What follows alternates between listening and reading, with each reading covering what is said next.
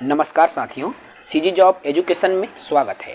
साथियों, छत्तीसगढ़ शिक्षक भर्ती 2023 के अंतर्गत आज हम कंप्यूटर के एमसीक्यूज लेके चलेंगे। टॉप 30 एमसीक्यूज हम इस वीडियो में बताने वाले हैं साथियों, जो कि आपका सीजीपीएससी व्यापम बैंक से रिलेटेड प्रश्न है। ठीक है, आज प्रतिदिन आपको 8 बजे एमसीक्यूज मिलती है कंप्यूटर से जुड़ा हुआ, जो कि शिक्षक भर्ती के लिए अत्यंत महत्वपूर्ण है, क्योंकि हमने व्यापम के प्रश्नों को ही हम उठाते हैं आप सभी के लिए। ठीक है, तो चलिए हम सीधे वीडियो पर आते हैं। जो साथी नए होंगे वो चैनल को सब्सक्राइब कर लेंगे भाई।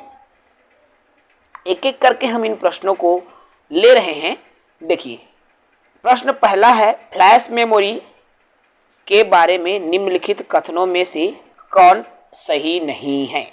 फ्लैश मेमोरी के बारे में सही कथन जो नहीं है उसको बताना है। यह डिजिटल कैमरा, लैपटॉप आदि जैसी युक्तियों में सूचना संग्रह के लिए प्रयुक्त होता है। बी है, देखो, यह विस्तृत ताप परास, ठीक है, यह विस्तृत ताप परास ऋण 40 डिग्री से प्लस 85 डिग्री के बीच में कार्य करता है। यह सामान्य यांत्रिक डिस्क ड्राइव में अत्यधिक सस्ता है या यह शक्ति का उपयोग करता है। तो इसका जो उत्तर हो जाएगा सी। ठीक है साथियों, यह सामान्य यांत्रिक डिस्क ड्राइव से अत्यधिक सस्ता होता है। यूपीपीएससी के एग्जाम में पूछा गया प्रश्न है। ठीक है ना। देखो भाई, अब उसके बाद में आता है हमारा प्रश्न 2। देखो, एक पेन ड्राइव है, एक स्थिर द्वितीय भंडारण एकक, एक चुंबकीय द्वितीय भंडारण एकक, एक हटाए जाने वाले द्वितीय भंडारण एकक। तो पेन ड्राइव क्या होता है भाई, जल्दी से बता देंगे साथियों। पेन ड्राइव जिसमें स्टोरेज करते हैं ना भाई, स्टोर करके रखा जाता है। बहुत ही सरल सा प्रश्न है, सी इसका उत्तर हो जाएगा। एक हटाए जाने वाली द्वितीय भंडारण एकक। हटाए जाने से तात्पर्य क्या है यहाँ पर इसको लैपटॉप वगैरह में आप डाल सकते हो, वहां से कोई भी सूचना जो है उसमें स्टोर करके उसको फिर से निकाल सकते हो, है ना। ये इसलिए क्या है, इसको हटाए जाने वाले बोला जाता है। ठीक है ना साथियों। चलो, प्रश्न क्रमांक 3 है हमारा, क्वेश्चन नंबर 3। देखो, कार में लगा हुआ गति मापक यंत्र निरूपित करता है। जो कार में गति मापक यंत्र लगा होता है ना, वो क्या है, एनालॉग कंप्यूटर है, डिजिटल कंप्यूटर है, हाइब्रिड कंप्यूटर है, या इनमें से कोई नहीं है। तो इसका उत्तर हो जाएगा साथियों आपका एनालॉग। ठीक है, जो कार में लगा होता है वो एनालॉग कंप्यूटर है, और ये आपका उत्तराखंड के पीएससी एग्जाम में पूछा गया है। इसको व्याख्या आप देख सकते हो, यहाँ पर कंप्लीट चीज़ें हैं। अगर आपको और अच्छे से समझना है, जो कार में गति मापक यंत्र लगा होता है एनालॉग कंप्यूटर का यही एक प्रकार है। और एनालॉग कंप्यूटर में क्या होता है, आंकड़ों को संधारित करके दिखाया जाता है। ठीक है ना। ओके साथियों, चलो भाई, प्रश्न क्रमांक यहाँ पर देखो 34 है। ठीक है, प्रश्न 34 क्या है, सीडी रोम का पूर्ण रूप है। A, code disc read only memory, compact disc read only memory, circular disc read only memory, या इनमें से कोई नहीं। सीडी रोम का पूरा नाम बताना है। ठीक है ना। देखो भाई, आपने पढ़ा है, आपको सभी प्रश्नों के उत्तर पता होने चाहिए। देखो, compact disc read only memory. ठीक है, 20 का सही उत्तर हो जाएगा। अगले प्रश्न में आते हैं। देखो, ये आपके उत्तराखंड के एग्जाम में आ चुका है। ठीक है ना। चलो अगला प्रश्न देखो साथियों 35। कंप्यूटर सीडी अक्षर का प्रयोग होता है। ये जो सीडी है ना, कंप्यूटर की भाषा है सीडी। सीडी का अर्थ क्या है, compact disc, compressed data, computerized data, या कोडेड डाटा। क्या भाई इसका सही आंसर ए। सीडी को क्या बोलते हैं, कॉम्पैक्ट डिस्क। मोस्ट इंपॉर्टेंट है, ऐसे प्रश्न आपके एग्जाम में आते हैं। राजस्थान के पीएससी में पूछे गए प्रश्न है भाई, बिल्कुल दिमाग में बैठा के रखो। देखो भाई, फ्लैश मेमोरी के बारे में कौन सा कथन सही है, फिर से वही प्रश्न रिपीट हो रहा है। इसका उत्तर हमने बताया भी था। ठीक है भाई, देखो यहाँ पर ये यांत्रिक डिस्क ड्राइव से अत्यधिक सस्ता है, ये आएगा ना। इसमें गलत आंसर लिया है तो उसको आप देख लेंगे। ठीक है ना। चलो अगला प्रश्न है, देखो प्रश्न क्रमांक 37। कंप्यूटर में स्मृति का प्रकार नहीं है। स्मृति मतलब यहाँ मेमोरी से है, ठीक है। तो कौन नहीं है भाई स्मृति का प्रकार? सेमीकंडक्टर, मैग्नेटिक, सर्वर या ऑप्टिकल। इसमें से कौन नहीं है? तो इसका जो सही उत्तर हो जाएगा सर्वर। सर्वर क्या है? कंप्यूटर के स्मृति में कंप्यूटर से जुड़ा हुआ पार्ट नहीं है ना, उसके स्मृति के अंतर्गत, ठीक है।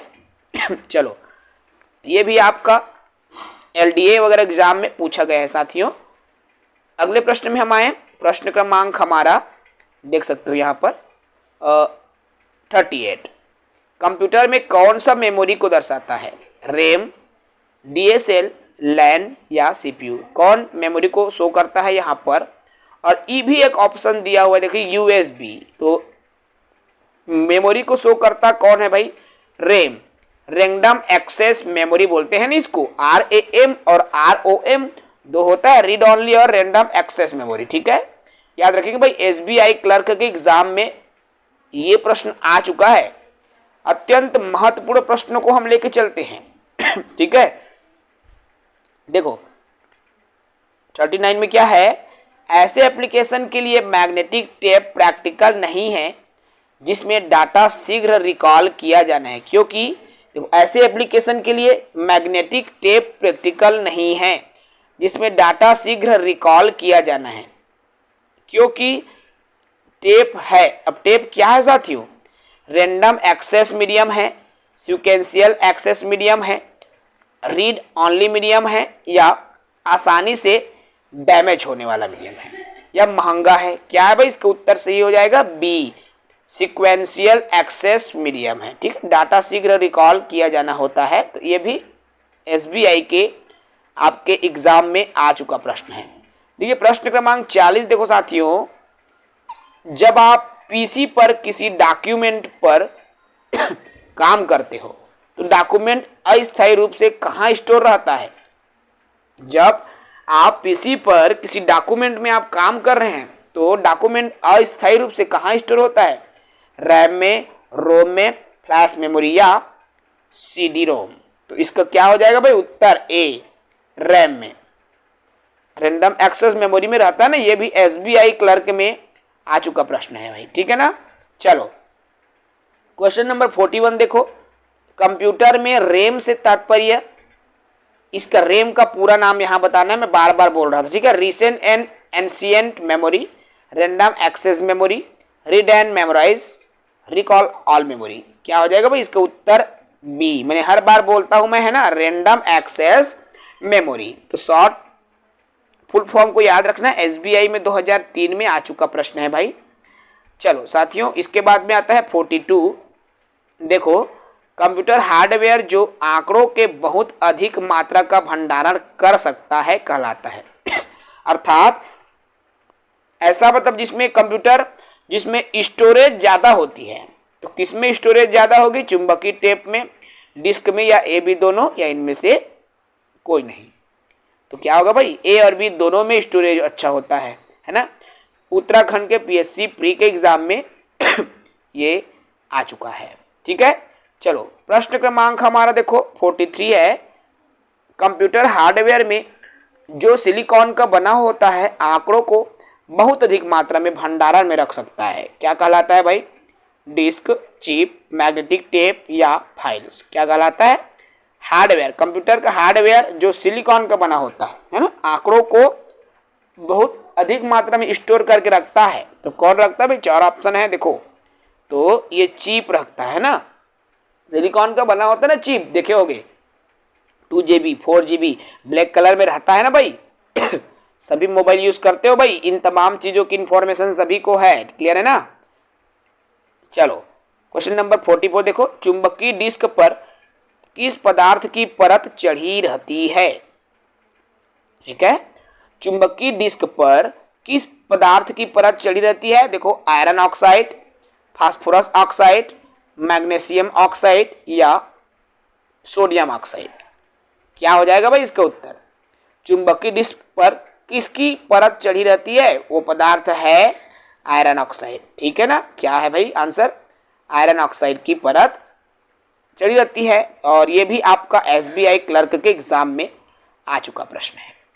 चलो उसके बाद देखो क्वेश्चन नंबर 45, कंप्यूटर में एक अनुप्रयोग से दूसरे अनुप्रयोग में सामग्री का अंतरण क्या कहलाता है? क्या कहलाता है? Dynamic data exchange, dynamic disk exchange, dodgy data exchange या डॉगमेटिक डाटा एक्सचेंज। क्या होगा भाई?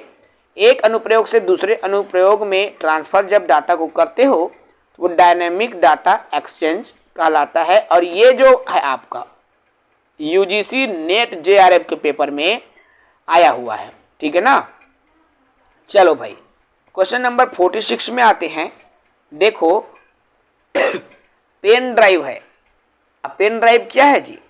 एक स्थिर द्वितीय भंडारक इकाई है, एक चुंबकीय द्वितीय भंडारक इकाई है, एक हटाई जाने वाली इकाई है और एक इनमें से कोई नहीं। मैंने शुरू में ही कहा था पेन ड्राइव के बारे में कि ये एक हटाई जाने वाली सेकेंडरी मेमोरी होती है ना भाई।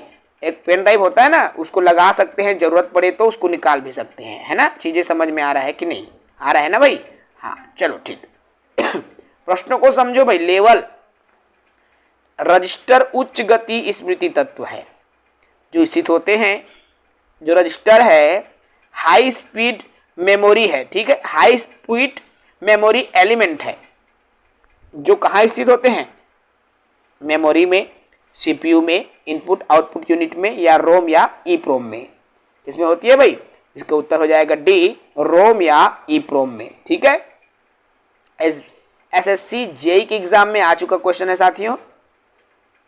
ओके चलिए अगले प्रश्न में आते हैं।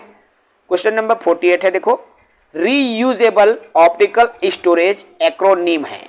रीयूजेबल ऑप्टिकल स्टोरेज का नाम बताना है आपको, है ना। कौन सा है इनमें से? तो इसका उत्तर हो जाएगा CDRW, ठीक है। SBI के एग्जाम में आ चुका प्रश्न है भाई। ये मोस्ट इंपॉर्टेंट प्रश्न को लेके चल रहे हैं भाई हम, ठीक है ना। देखो क्वेश्चन नंबर 49, फाइल को सेव करना, कंप्यूटर बंद कर देने पर डाटा यथावत रहता है। जब फाइल को सेव करते हो उसके बाद कंप्यूटर को बंद करते हो तो डाटा यथावत रहता है। कहाँ पर रहता है? रैम में, सेकेंडरी स्टोरेज में, मदरबोर्ड में या प्राइमरी स्टोरेज में? कहाँ पर रहता है भाई? तो इसका सही उत्तर हो जाएगा बी, सेकेंडरी स्टोरेज में। ओके चलो अगला प्रश्न में आते हैं। SBI के एग्जाम में आया ना ये प्रश्न। आज का प्रश्न पूरा बैंक से रिलेटेड है भाई। जो बैंक में पूछा गया क्वेश्चन है ना, उसी को लेकर चल रहे हैं भाई, आज उसी को लेकर चल रहे हैं। देखिए क्वेश्चन नंबर 50, कंप्यूटर की जो मेमोरी है सामान्य तौर पर किलोबाइट या मेगाबाइट में होता है। किलोबाइट मतलब केबी और मेगाबाइट मतलब एमबी। समझ रहे हो ना भाई? किलोबाइट मतलब केबी और मेगाबाइट मतलब एमबी और गीगाबाइट मतलब जीबी। चीजें समझिए ना, ये इनकी यूनिट्स है, इकाई है नापने की। तो मेगाबाइट को कौन से रूप में के रूप में व्यक्त की जाती है? किसके रूप में? मेगाबाइट को। एक बाइट बना होता है। एक बाइट मतलब 8 द्विआधारी अंक का, 8 दशमलव अंक का, 2 द्विआधारी अंक का या 2 दशमलव अंक का। तो एक बाइट मतलब कितना होगा भाई? एक बाइट बराबर 8 द्विआधारी अंकों का ये बना होता है, ठीक है। चलो ओके अगला प्रश्न में आते हैं भाई। क्योंकि देखो 8 बिट का एक समूह होता है बाइट, ठीक है। ओके उनको तो आपको याद रखना है भाई। ऐसी चीजों पर हम ज्यादा चर्चा नहीं करेंगे। हमारा उद्देश्य MCQs है ना। MCQs जानना, क्वेश्चंस किस टाइप से आ सकते हैं उसको समझना। देखो 1 किलोबाइट यहाँ पर केबी है ना। 1 किलोबाइट बराबर होता है 1 किलोबाइट बराबर 1000 बाइट्स, 1024 बाइट्स या 1042 बाइट्स या 1 किलोग्राम बाइट्स। क्या हो जाएगा भाई? आंसर 1024 बाइट्स आ जाएगा, ठीक है ना। और ये आपका उत्तराखंड के PSC में भी पूछा जा चुका प्रश्न है, आपको अच्छे से ध्यान देना है। क्वेश्चन नंबर 52 देखो भाई। कंप्यूटर भाषा में 1 मेगाबाइट में कितने बाइट होते हैं? 1 GB बराबर कितने बाइट? 1 लाख, 10 लाख, 10,24,000 जो भी है। देखो भाई इसमें अच्छे से बताओ तो इसका उत्तर हो जाएगा डी। इसको प्लस माइनस आपको करना पड़ेगा ना। यहाँ पर प्लस माइनस आप करोगे तो आपका आएगा भाई। अब 1 बाइट में कितने मेगाबाइट, तो 1 मेगाबाइट में कितने, ये तमाम चीजें कितने बाइट, समझ रहे हो ना, होते हैं, इसको आपको ध्यान देना होगा। देख सकते हो यहां पर व्याख्या करके भी आप देखो, यहां 1 मेगाबाइट आपको निकालना है, ठीक है। 1 मेगाबाइट बराबर 210 किलोबाइट होता है, ठीक है। अब 210 किलोबाइट, अब यहां पर 1024 किलोबाइट गुणित 1024 किलोबाइट, ठीक है। अब 220 बाइट पूरा यहां पर डिटेल दिया हुआ भाई, उसको आप अच्छे से सॉल्व करोगे तो यहां से आ जाएगा, ठीक है ना। ओके चलो, उसके बाद में आता है हमारा क्वेश्चन नंबर 53। बाइनरी कोड में संख्या 7 लिखी जाती है। अब बाइनरी कोड में 7 लिखना है तो कैसे लिखोगे भाई, 110 111 101 या 100। क्या हो जाएगा इसका उत्तर बी, 111 को 7 बोलते हैं भाई बाइनरी कोड में, ठीक है ना। राजस्थान के एसएससी में पूछा गया क्वेश्चन है, याद रख लियो भाई, वरना पछताना पड़ेगा। देखो लो, क्वेश्चन नंबर 54 है, 8 बीटों के समूह को निब्बल बोलते हैं, बाइट बोलते हैं या वर्ड। सी का ऑप्शन हाइड है भाई। देखो क्या है, वर्ड, वर्ड बोलते हैं क्या, 8 बीटों के समूह को बाइट बोलते हैं, याद रखियो, क्या बोलते हैं, बाइट बोलते हैं भाई। 8 बीटों का समूह मतलब 1 बाइट। उत्तराखंड के पीएससी में आ चुका है, अच्छे पढ़ेंगे इसको, व्याख्या के रूप में भी आप यहाँ पर देख पा रहे हो। 4 बिट बराबर 1 निब्बल होता है, 8 बिट बराबर 1 बाइट या 2 निब्बल होता है, ठीक है। अब 210 बाइट में 1024 बाइट होते हैं, ठीक है, और 1 किलो बाइट होगा, जैसा इसके जस्ट पहले वाले प्रश्न में है ना। चलो भाई, अब प्रश्न क्रमांक देखो 55 में क्या है, 1 मेगाबाइट लगभग कितने के बराबर होता है। ए 1000 बिट्स पूरा है, यहाँ पर मिलियन बिलियन जो भी दिया हुआ है, इसका सही विकल्प बता देते हैं हम। इसका सही विकल्प हो जाएगा डी, 1 मिलियन बाइट्स। इसको भी आपको प्लस माइनस करना पड़ेगा साथियों, फिर यहाँ से क्लियर हो जाएगा, ठीक है। चलिए अब आता है प्रश्न क्रमांक 56। देखिए सभी प्रश्न ना ये भी एसबीआई के एग्जाम में आया है। 1 किलो बाइट किसके बराबर होंगे, 1 किलो बाइट 1000 बाइट 1024 बाइट, तो भाई इसका जो सही उत्तर क्या हो जाएगा, 1024 बाइट, ठीक है। चलो 1 किलो बाइट बराबर 1024 बाइट, ठीक है भाई। 56 प्रश्न हो गया ना। चलिए प्रश्न क्रमांक 57 57 में आइए, 3 प्रश्न और बचा है भाई। 3 क्वेश्चन के बाद आज का सीरीज हम खत्म कर देंगे, ठीक है। देखो, कंप्यूटर में शब्द की लंबाई को मापा जाता है। शब्द की लंबाई को कैसे मापेंगे, बाइट से, किलोग्राम से, मीटर से, या इनमें से कोई नहीं। तो कंप्यूटर में शब्द की लंबाई को किससे नापते हैं, बाइट से नापते हैं, ठीक है। एसबीआई के एग्जाम में आ चुका है भाई, क्लर्क के एग्जाम में, ठीक है। मोस्ट इंपोर्टेंट प्रश्नों को लेके चलता हूं मैं, जो प्रश्न आपके एग्जाम में आता है हम केवल उसी पर बात करते हैं, है ना। प्रीवियस चुकना नहीं चाहिए भाई, चाहे किसी भी एग्जाम के हो। कंप्यूटर मेमोरी की क्षमता को मापते हैं। अब कंप्यूटर मेमोरी की जो क्षमता है किससे मापेंगे उसको, बीट से, बाइट से, मीटर से, या किलोग्राम से। तो किससे मापते हैं साथियों, उसका उत्तर हो जाएगा बाइट, ठीक है। एसबीआई में आया हुआ क्वेश्चन है भाई। चलिए प्रश्न क्रमांक आपका 59 बिट का मतलब binary digit, binary number, computer का एक पार्ट। क्या होगा भाई, बिट का मतलब बाइनरी डिजिट, बिट मतलब बाइनरी डिजिट, बाइनरी अंक, द्विआधारी अंक जिसे बोलते हैं, है ना भाई। देखो कैसे बना है ये बिट, बाइनरी का BI लगा बना है और डिजिट का DI, है ना भाई। देखो बाइनरी का BI और डिजिट का T, सिर्फ T लिया गया है, ठीक है ना, BI और T। अब इनको जोड़ के क्या बना है, बिट बनाया गया है, ठीक है ना, क्लियर है भाई। चलो प्रश्न 60, सुपर कंप्यूटर के लिए शब्द लंबाई की परास क्या होती है भाई, रेंज।